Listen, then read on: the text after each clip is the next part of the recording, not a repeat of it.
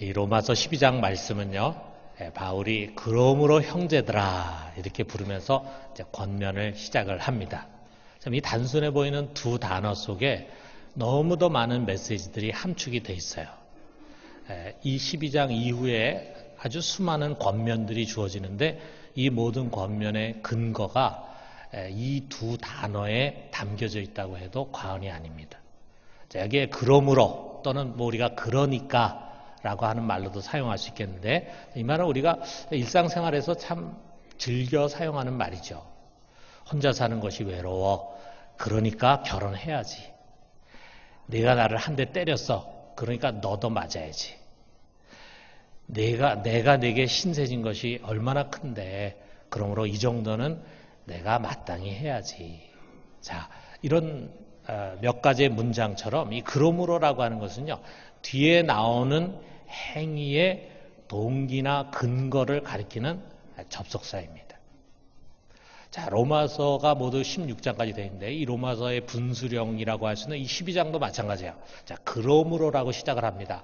그러므로를 중심으로 그 앞에 1장부터 11장까지는 어떻게 믿어서 그리스도인이 될 수 있는가 이것을 가르쳐주고 있고요. 자, 그 다음에 12장부터는 그리스도인으로서 이제 어떻게 살아가야 되는가, 모든 삶의 영역에서 어떻게 살아가야 되는가라고 하는 것을 말해주고 있습니다. 자, 뒤에 나오는 권면의 근거가 되는 1장부터 11장까지 많은 성경의 이 많은 양의 성경을 우리가 한마디로 요약하라고 한다면 하나님의 은혜입니다. 이 성경은 하나님의 은혜가 무엇인가, 내게 베푸신 하나님의 은혜와 축복이 무엇인가 하는 것을 가르쳐주고 있어요. 그러면서 그 결론이 뭐냐면 우리를 향하신 하나님의 은혜가 이처럼 크시다 라고 하는 감탄사가 그 내용 속에 담겨져 있습니다. 그래서 여기 1장 상반절에 내가 하나님의 모든 자비하심으로 너희를 권하노니 이렇게 이제 우리 성경에 돼 있는데 NIV 성경이 조금 더 정확하게 이것을 번역한 것 같아요. 내가 하나님의 자비의 관점에서 너희를 권한다. In view of God's mercy예요. 자, 좀 더 기가 막히게 번역한 성경이 있는데, 자, 공동 번역이라고 하는 성경에 이렇게 번역이 되어 있어요. 그러므로 형제 여러분, 하나님의 자비가 이토록 크시니 나는 여러분에게 권고합니다. 자, 우리가 이런 내용들을 종합해서 이 1절에 있는 말씀을 다시 한번 생각해 보면은 하나님의 은혜가 이처럼 크시니 그러므로 나는 너희 형제들에게 권한다. 하나님의 은혜가 이처럼 크니 너희는 이제부터 이렇게 살아야 된다라고 말씀을 하고 있다. 이 모든 권면의 동기가 하나님의 은혜라는 말입니다. 하나님의 은혜, 여러분 이것이 우리의 시작입니다. 오늘 세례를 받는 우리 형제들 그리고 이미 세례 받은 우리 형제 자매들 모두에게 다 해당되는 말입니다. 여러분 우리의 인생 여정을 다 이렇게 돌고 돌아서 이리 헤매고 저리 헤매고 방황했지만 결국 우리가 돌아와야 할 자리, 우리가 살 수 있는 자리는 여기입니다. 하나님의 은혜. 여러분 우리 모두의 신앙과 삶의 근거가 되는 이 하나님의 은혜를 오늘 다시 한번 깊이 되새길 수 있게 되기를 주님의 이름으로 축원합니다. 여기에 그러므로라고 하는 말이 또 담고 있는 그 뉘앙스가 뭐냐면요. 이제 우리로 하여금 새로운 인생의 후반전을 시작하게 하는 거예요. 자, 우리 전반전은 그냥 멋모르고 살았어요. 내 멋대로 살았습니다. 우리 각자가 서로 추구하는 그 색깔과 멋이 달랐어요. 어떤 사람 이런 멋을 추구하고 어떤 사람 저런 멋, 이런 습관, 저런 습관, 이런 가치관, 저런 가치관, 이런 전통, 저런 전통, 더 나아가서는 이런 집안, 지역, 민족, 인종, 이념, 정치 등등 서로 옳다고 하는 것을 쫓아서 내 멋대로, 내 마음대로 살아왔어요. 소위 자기 개똥 철학을 가지고 자기가 옳다는 대로 사람들마다 살아가고 있습니다. 자, 지금 세상 사람들이 갖고 살아가는 이 세계관, 세계 가치관, 이것이 바로 그것이에요. 자, 그 관점으로 사람들을 판단하고 비교하기도 하고, 그래서 그 관점을 가지고 자만심을 갖기도 하고, 열등감을 가지면서 살고 있습니다. 우리도 그렇게 살았어요. 자, 그렇게 다른 사람과 마찬가지로 평범하게 인생 여정을 살아가고 있는 우리들에게 엄청난 경험이 찾아온 거예요. 그 엄청난 것이 우리들의 삶을 완전히 뒤바꾸고 새로운 후반전을 가질 수 있도록 해준 것입니다. 여러분, 우리가 세상에서도 보면은 아주 큰 충격, 그게 뭐 좋은 충격일 수도 있고 또 나쁜 충격일 수도 있고 그런 큰 충격을 겪어나게 되면은 자기도 모르는 사이에 자기의 생각이라든지 또는 삶의 방향이나 삶의 태도가 바뀌어지지 않습니까? 대표적으로 여러분 뭐 영화로도 나와서 아시겠지만 빅토르 위고가 쓴 레미제라블이라는 소설을 보면은 자, 거기에 주인공이 마들렌이라는 사람이에요. 이 사람은 어느 작은 도시의 시장이면서 큰 공장을 경영하고 있고 그야말로 그 도시에서 아주 제일 힘있고 또 재력이 있는 사람이에요. 근데 이 사람은 모든 시민들로부터 존경을 받는 아주 착하고 의로운 사람입니다. 자, 그런데 그에게는 숨겨진 과거가 있어요. 아무도 알지 못하는 숨겨진 과거가 있어요. 이 사람 원래 도둑질 하다가 붙잡혔어요. 감옥에 갔습니다. 그래서 4번이나 탈옥을 시도했어요. 그래서 모두 19년 동안 감옥살이를 했어요. 19년 감옥살이 한 동안에 이 사람의 인격도 황폐하게 되고 이 사람 삶의 가치와 의미를 다 잃어버리고 말았어. 그래서 모든 사람들에게 무서움과 혐오의 대상이 되는 그런 사람, 그런 죄수가 있는데 그 이름이 장발장이었습니다. 원래 그 이름이 장발장이에요. 자, 그런데 어떻게 그가 이처럼 착하고 의로운 마들렌 시장으로 바뀌었는가? 그가 잠시 출소했는데 아무도 그를 반겨주지 않습니다. 그래서 그 하는 수 없이 성당을 찾아갔는데 그곳에 있는 주교인 미리엘 신부가 그를 따뜻하게 영접했어요. 그리고 그에게 아주 좋은 잠자리를 제공했습니다. 그런데 아침이 됐을 때 또 옛날 습관이 도져가지고 그는 일찍 일어나서 그곳에 있는 좋아 보이는 물건을 훔쳐가지고 달아나다가 그만 경찰에 붙잡혔습니다. 그는 경찰에 이건 내가 훔친 것이 아니라 신부가 나에게 준 것이라고 거짓말했죠. 경찰은 그것을 믿지 않고 이를 데리고 와가지고 신부하고 대면하게 했습니다. 그랬을 때 신부가 사실을 말하면 이 사람은 또 감옥에 가는 거야. 그런데 그때 미리엘 신부가 이 모든 것을 다 내가 준 것입니다. 내가 더 많이 줬는데 당신은 왜 이건 안 가져갔습니까? 하면서 그 자루 속에 또 다른 가치 있고 귀한 것을 넣어줬어요. 참 이 신부의 자비, 어떻게 보면 이 사람이 처음으로 경험한 이 따뜻한 사랑이 이에게 충격이 된 거야. 충격이 돼서 그가 180도 변해서 그래서 이렇게 착하고 의로운 사람이 된 것입니다. 뭐 우리도 살아가다 보면 크고 작은 충격이 그 이후에 우리 삶의 변화에 영향을 주는 것들이 많이 있죠. 자, 그런데 여러분, 이것은 우리가 겪은 것에 비하면 아무것도 아닙니다. 여러분, 우리가 겪은 것이 어떤 것입니까? 하나님의 아들이 이 세상에 오셔서 십자가에 죽으셨다는 사실이에요. 이것을 우리가 알게 되고 그리고 이것을 우리가 믿게 됐어요. 도대체 그가 얼마나 크신 분입니까? 온 우주 만물을 그분이 창조하신 그분은 말씀 하나님이시고 로고스 하나님, 성자 하나님이십니다. 그런데 이 우주 속에 먼지만도 못한 작은 지구에 그가 인간의 몸을 입고 오셔서 그 속에 살고 있는 인간들에 의해서 붙잡혀 처참하게 죽임을 당하셨어요. 여러분, 이걸 믿을 수 있습니까? 이게 믿을 수 있는 일입니까? 믿을 수 없는 일입니다. 우리가 세상 살아갈 때 얼마나 논리적으로 살아갑니까? 얼마나 계산하고 과학적인 사고를 가지고 살아갑니까? 정말 과학과 학문을 하고 논리를 추구하는 지성인들에게 이거는 난센스예요. 이건 신화 같은 이야기입니다. 믿을 수 없어요.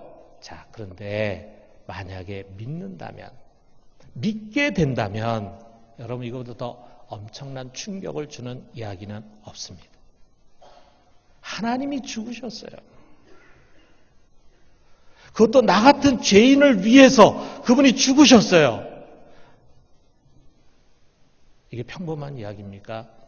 여러분, 누군가 예수를 믿는다고 하면서도 아무런 충격이 없었다고 한다면 그것은 이 사실이 무엇을 의미하는지를 잘 모르기 때문입니다. 또 다른 한편으로 보면은요, 나를 위해서 누군가 죽어야 한다? 이것도 실감이 나지 않습니다. 만약 누군가 와가지고 여러분을 향해서 너를 위해서 딴 사람이 감옥에 가야 되고 그리고 사형당해 죽어야 돼 이런 얘기 한다면은 여러분 벌쩍 뛰지 않겠어요? 내가 왜? 내가 뭐 어떻다고? 내 나름 바르게 살고 있는데 뭐 이런 생각 우리가 가질 거라 이거죠. 자, 이렇게 생각하는 사람들에게도 예수 그리스도의 십자가가 감동과 충격으로 다가오지 않습니다.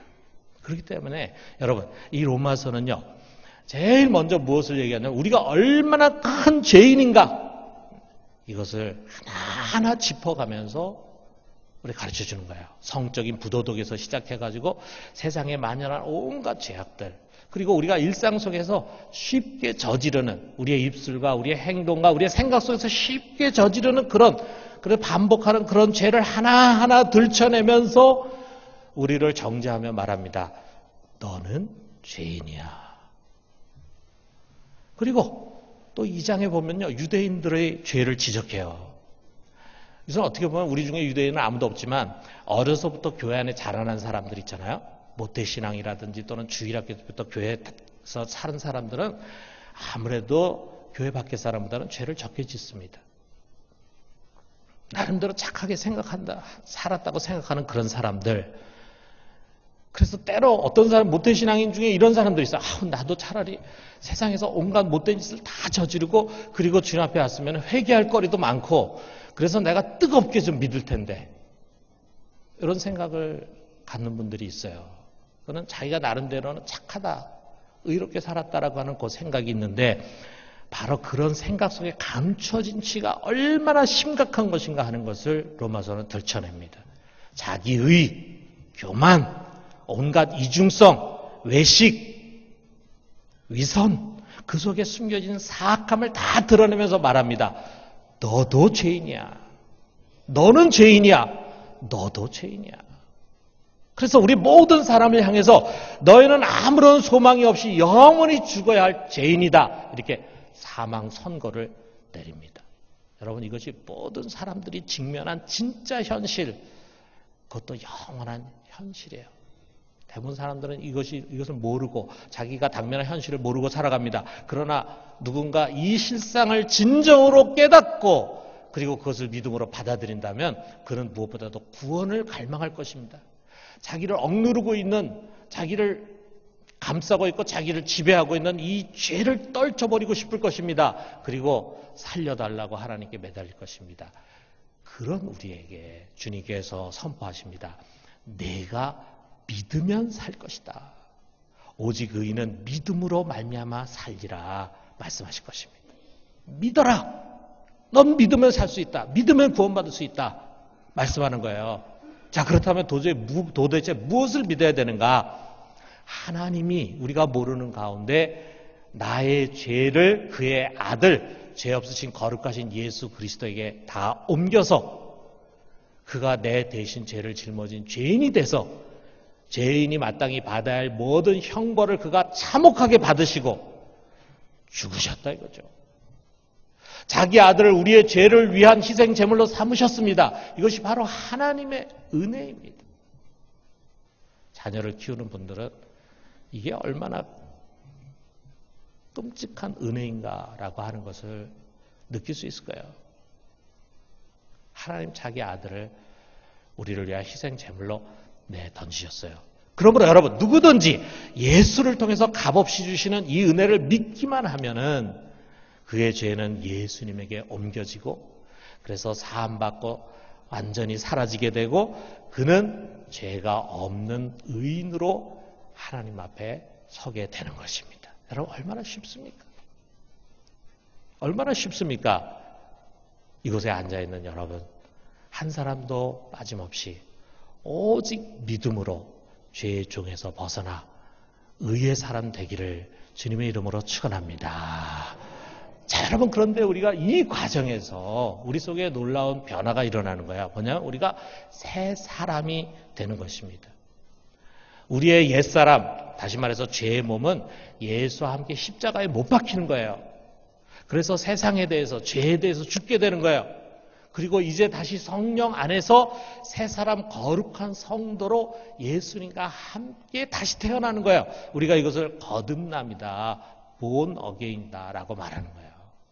여러분, 예수를 믿는 사람, 구원받은 사람은 다 이렇게 거듭난 사람이다. 새로운 사람으로 거듭난 사람들입니다. 이 세 사람은요, 이제 주님의 몸된 교회의 지체예요. 이게 5절에 이렇게 말씀하잖아요. 이와 같이 우리 많은 사람이 그리스도 안에서 한 몸이 되어 서로 지체가 되었느니라.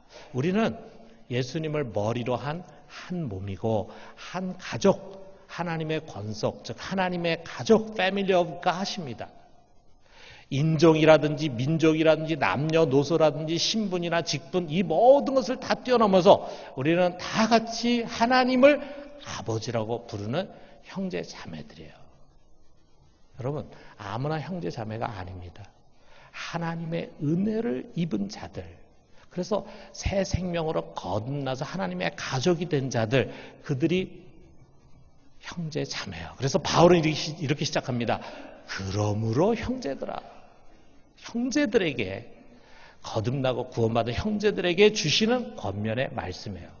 여러분, 주 안에서 우리는 형제 자매입니다. 여러분, 이거 믿으십니까?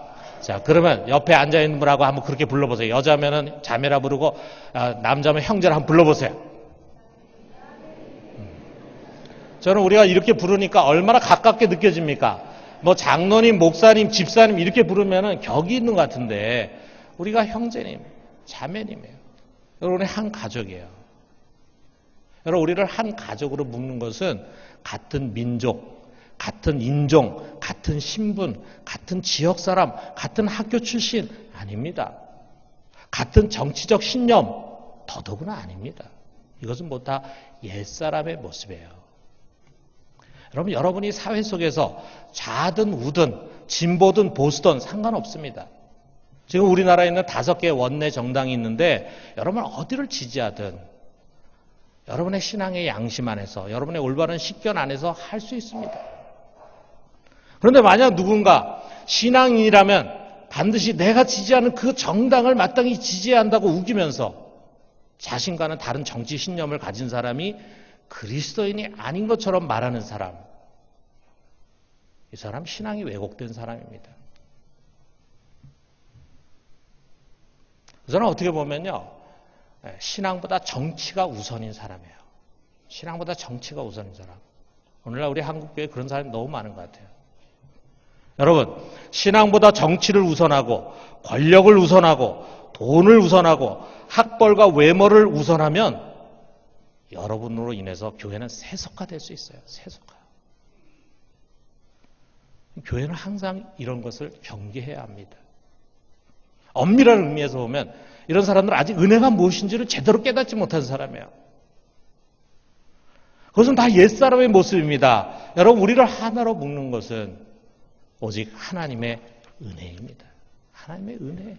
우리 모두가 다 공통적으로 하나님의 은혜를 받은 사람. 그래서 세상에 대해서 죽고, 옛날에 우리가 갖고 있는 모든 외모에 대해서 죽고, 죄에 대해서 죽고, 이제는 하나님 나라의 백성으로 새롭게 거듭난 사람들이 바로 우리들이에요. 사랑하는 성도 여러분, 오직 하나님의 은혜로 값없이 그리스도인 됐습니다. 이처럼 큰 은혜를 받았으니까 이제 우리가 반응해야 되지 않겠어요? 우리가 하나님께 반응할 차례입니다. 우리는 어떻게 살아야 할까? 여기에 1장 하반절이 그것을 말하고 있어요. 우리 같이 한번 읽어봅시다. 너의 몸을 하나님이 기뻐하시는 거룩한 산제물로 드리라. 이는 너희가 드릴 영적 예배니라. 너의 몸을 드려라. 우리의 몸, 다시 말해서 우리의 모든 삶을 우리 하나님께 드리는 것입니다. 어떻게 드리느냐? 거룩한 산제물로 드려야 돼요. 우리 하나님 부정하고 더러운 거 받지 않습니다. 이게 무슨 말인가? 그의 십자가가 우리의 죄를 다 도말했어요. 그의 거룩한 보혈이 우리의 죄를 다 씻었어요. 그럼 이제 모든 삶의 영역에서 우리는 죄와 부정과 불법을 멀리하고 거룩하고 구별된 삶을 살아야 합니다. 그럴 때 우리의 몸을 거룩한 산제물로 하나님께 드리는 것입니다. 이 말씀은 이제는 더 이상 옛날처럼 자신을 기쁘게 하는 것이 아니라 오직 하나님을 기쁘게 하는 삶을 사는 것이고, 자기 영광을 추구하며 사는 것이 아니라 이젠 무엇을 하든지 하나님의 영광을 위해 살아가는 거예요. 자, 우리 고린도전서 10장 31절에 말씀하잖아요. 그런즉 너희가 먹든지 마시든지 무엇을 하든지 다 하나님의 영광을 위하여 하라. 무엇을 하든지 먹든지 마시든지 아주 큰 일, 또 모든 사람들에게 알려지는 그런 일들뿐만이 아니라 아주 평범한 일, 24시간 우리가 반복해서 하고 있는 그런 모든 일들조차 더 이상 나를 위한 것이 아니라 주님의 영광을 위한 것이 되게 해야 된다라고 하는 말씀이에요. 이 말씀대로 우리 모두가 이제부터는 오직 주님의 영광만을 위해 살 수 있게 되기를 주님의 이름으로 축원합니다. 자, 근데 우리가 어떻게 해야지만 주님께 영광 돌리는 삶을 사느냐 하는 것이 2절에 우리에게 소개되고 있어요. 자, 2절에 있는 말씀도 우리 같이 한번 읽어봅시다. 너희는 이 세대를 본받지 말고 오직 마음을 새롭게 함으로 변화를 받아 하나님의 선하시고 기뻐하시고 온전하신 뜻이 무엇인지 분별하도록 하라.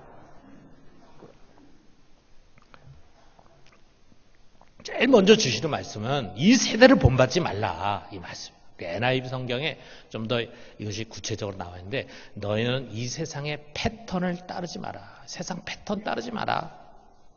이제 은혜 안에 거하고 하나님 나라의 백성이 된 우리는 더 이상 이 땅의 풍조를 따라가는 사람이 아닙니다.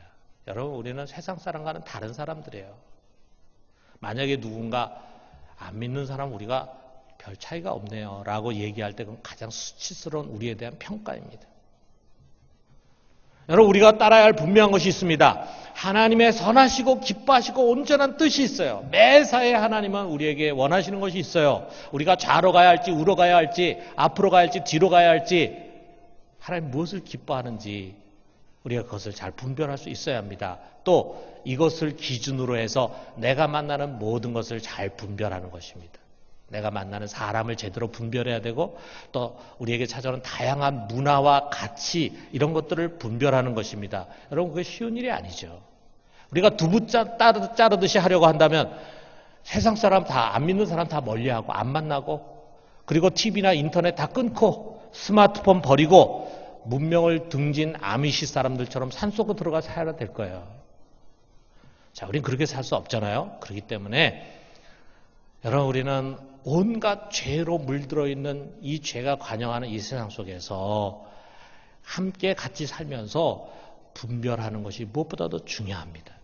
대충 얼버무려서 분별하는 것이 아니라 아주 날카로운 칼로 옳고 그름을 바르게 잘 갈라내면서 할 수 있어야 돼요.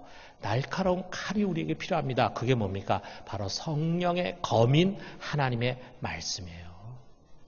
그렇기 때문에 여러분, 거듭난 신앙인은 아직 죄가 넘치는 이 세상 속에서 자신을 거룩한 산제물로 드리기 위해서는 무엇보다도 하나님의 말씀을 배워야 합니다. 부지런히 듣고 읽고 묵상하고 공부해서 여기 책에 있는 하나님 말씀을 우리 속에 담아야 돼요. 그래서 우리 속에 옳고 그름의 분별력을 키워갈 수 있어야 합니다. 무엇보다도 여러분, 정기적으로 말씀 배우는 게 필요해요. 여러분, 예배 시간에 주일 예배 수요 기도회 가운데 나와서 잘 준비한 설교를 경청을 하십시오.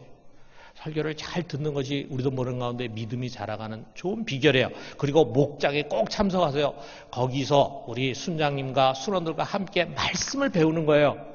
여러분, 우리가 어떤 사람이 건강한 사람입니까? 하루 세 끼를 잘 먹는 사람이에요. 우리 특별식이라든지 또는 영양주사는요, 그거는 가끔 하는 것입니다. 여러분 생각해 보세요. 매일 영양주사만 맞고 사는 사람, 건강한 사람입니까?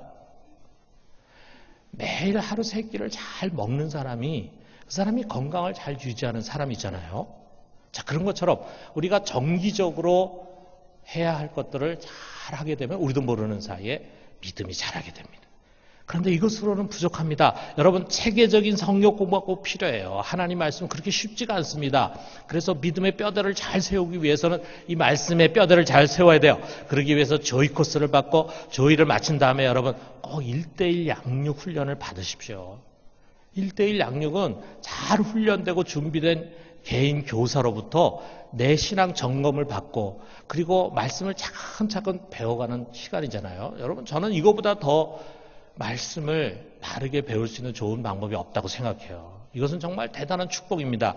여러분, 1:1 양육 훈련을 좀 많이 신청해서 받으시기 바랍니다. 그리고 제자 훈련을 통해서 말씀이 내 안에 다져지게 하는 거예요. 그리고 성경학교나 교리학교를 통해서 우리가 배워가는 것입니다. 자, 이 모든 과정을 다 마친 사람은요, 이제는 스스로 연구하는 것을 계속해요. 여러분 스스로 연구할 수 있는 힘과 자질이 갖춰져 있습니다.